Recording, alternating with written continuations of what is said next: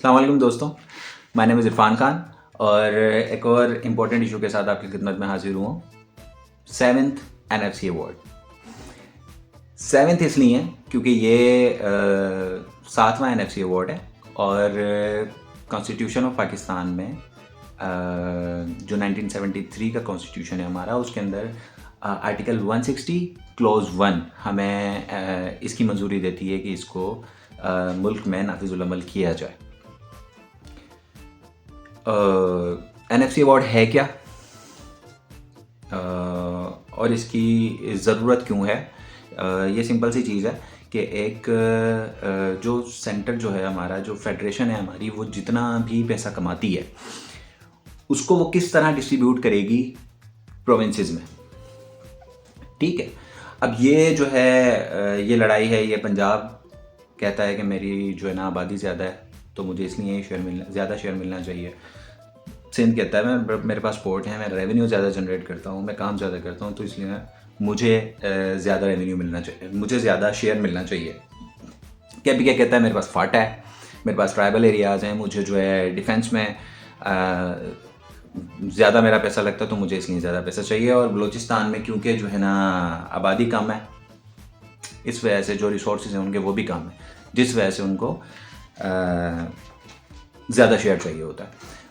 अब ये तय किया गया है और इसको जो है किसी तरह डिस्ट्रीब्यूट भी किया गया है। ठीक है, क्योंकि पहला जो था वो 1974 में आया, नेशनल फाइनेंस कमीशन, और अब जो उसके बाद डिफरेंट अदवार में, डिफरेंट एयर्स में दूसरे एनएफसी अवार्ड्स आए। ये टोटल 7 आए, जिसके अंदर से 4 नाफिजुल अमल नहीं रहे, ये जो है मतलब कि नहीं चल सके आगे, जिसमें से 3 जो हैं ये चले। और जो 7th एनएफसी अवार्ड है ये सबसे ज़्यादा कामयाब रहा, क्योंकि अभी तक नाफिजुल अमल है। 7th एनएफसी अवार्ड के तहत जितना फेडरल जो है जितना पैसा इकट्ठा करेगा टैक्सेस के थ्रू और जो है इंपोर्ट एक्सपोर्ट ड्यूटीज़ के थ्रू, जितना पैसा वो इकट्ठा करेगा उसको उसका कुछ ना कुछ शेयर प्रोविंसेस को देना है, जिसका जितना बनता है। अब इसमें क्या हुआ कि ये जो शेयर बनता था ये इतना बढ़ गया प्रोविंसेस का कि फेडरेशन के पास 42.5% बचता था, जितना वो कमाते थे या जितना उनके पास आता था, जितना उनका रेवेन्यू था, और 57.5 उसको प्रोविंसेस को देना पड़ जाता था। ये जो 52.5% है, इस 52.5% में से भी 51% पंजाब का शेयर होता था, 14% जो है खैबर पख्तूनख्वा का शेयर होता था, और 9% तकरीबन बलूचिस्तान का शेयर होता था, और 24% तकरीबन 24.5% सिंध का शेयर होता था। अब ये सारी डिस्ट्रीब्यूशन थी और इसके तहत जो है ये डिस्ट्रीब्यूशन चल रही थी।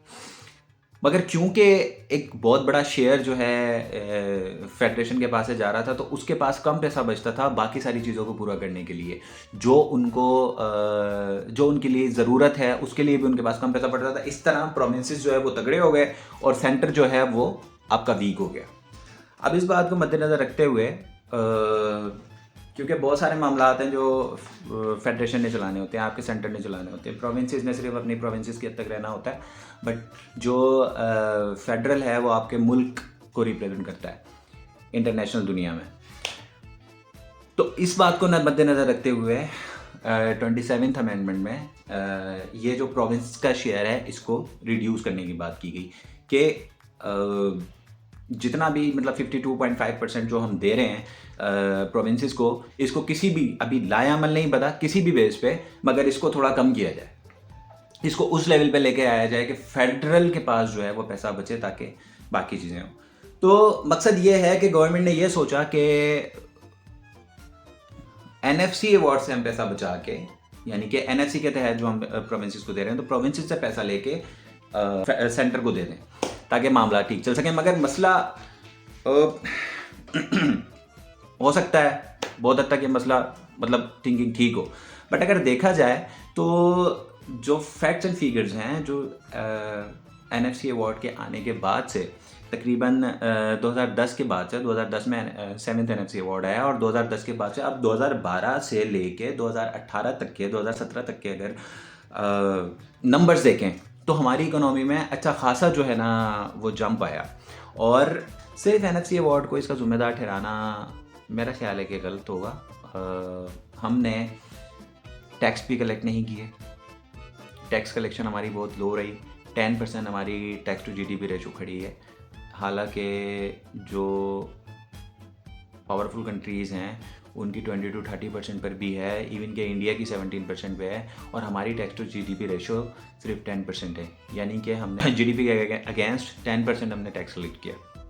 उसके बाद हमारी स्पेंडिंग बढ़ गई, जितनी हमारी इनकम नहीं थी उतना ज़्यादा, उससे ज़्यादा हमने, एक घर की मिसाल ले लें ना, अगर इनकम एक घर की जो है वो 10 रुपये और मैं जो है 15 रुपये खर्च कर रहा हूँ, तो जाहिर है कि 5 रुपये जो है मुझे उधार लेना पड़ेगा। सिंपल सी चीज़ है। देखें, जो सब्सिडी है ना, वो अगर आपने उधार लेके देनी है तो फिर वो सब्सिडी नहीं है, वो वक्ती रिलीफ है जो आपको मिल गया, मगर वो बात की जो है वो टेंशन बनेगी आपके लिए, ठीक है ना। तो इसलिए हमने ज़्यादा स्पेंडिंग्स की जितनी हमारी इनकम भी नहीं थी। बीच में कोविड-19 आ गया 2019 में, 2020 से 2021 तक हम कोविड-19 में फंसे रहे, और उसने जो हमारी इकोनॉमी है उसको बहुत बुरा झटका दिया। उसके बाद रुपी क्रैश हुआ, सारी चीज़ें हैं जिसने मिलके हमारी इकोनॉमी को धचका पहुंचाया है, और सिर्फ नेशनल फाइनेंस कमीशन को इस चीज़ का ज़िम्मेदार ठहराना आई डोंट थिंक कि ठीक होगा। 2000 से अगर थोड़े से प्रीवियस फैक्ट्स पे हम नज़र डालें तो 2000 के बाद से जो हमारी इकोनॉमी थी, वो जो हमारी डेट थी उसके अंदर 5 टाइम्स इजाफा हुआ।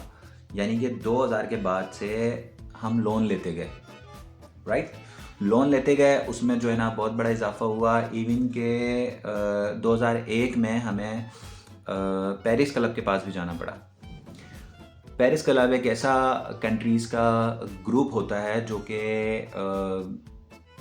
कर्ज़े फराहम करता है, जिस तरह IMF करती है, जिस तरह वर्ल्ड बैंक करता है, इस तरह जो है पेरिस क्लब भी कुछ अमीर मुल्कों का एक ग्रुप है जो कि कर्ज़ा फराहम करता है आपको कर्ज़े से रिलीफ दिलाने के लिए, या आपको आपकी परेशानियों से रिलीफ दिलाने के लिए। तो 2001 में हमें इतना हम पे कर्ज़ा हो गया, 5 टाइम्स हायर कर्ज़ा हो गया कि हमें पेरिस क्लब के पास जाना पड़ा। और दूसरी तरफ हम ये देखते हैं कि जब 2010 में NFC अवार्ड आता है तो हम अच्छी तरफ जाते हैं, ठीक है। मीन्स के 2018 तक अगर NFC अवार्ड हमें अच्छा चला सकता है तो हो सकता है कि ये आगे भी चला सके। एक तो हमारी टैक्स कलेक्शन बेटर होनी चाहिए, हर बंदे को टैक्स देना चाहिए। देना क्या चाहिए, ज़बरदस्ती लेना चाहिए। हमारे इदारों को इतना मजबूत होना चाहिए कि वो टैक्स कलेक्ट कर सकें। दूसरी बात, हमारी गवर्नेंस बेटर होनी चाहिए। अपनी इंपोर्ट्स बढ़ाते रहें, हमें एक्सपोर्ट बढ़ानी चाहिए। हमें ऐसी चीज़ों को एक्सपोर्ट करना चाहिए जो जदीद हों, जिनके बगैर दुनिया सरवाइव नहीं कर सकती, या जो चीज़ सिर्फ हमसे मिले। हमें अपनी टेक्सटाइल को बेटर करना चाहिए। एक्सपोर्ट अच्छी होगी तो हमारे मुल्क में डॉलर आएगा, और अगर डॉलर आएगा तो हमारे मुल्क का जो फॉरेन रिजर्व्स हैं वो वैसे ही बेहतर हो जाएंगे। जो ओवरसीज़ लोग हैं उनको यहाँ पे इन्वेस्टमेंट करने के लिए मजबूर करना चाहिए। आई थिंक मजबूर वर्ड गलत होगा, उनको कन्विंस करना चाहिए कि Pakistan is a safe country and it is very convenient to do business hair.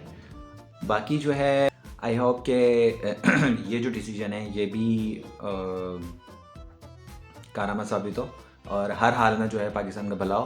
और ये सब करने के साथ साथ हमें अपनी गवर्नेंस एंड टैक्स कलेक्शन को भी मज़ीद बेहतर करना होगा, और उसके बगैर शायद इतना बड़ा फर्क ना पड़े। Thank you.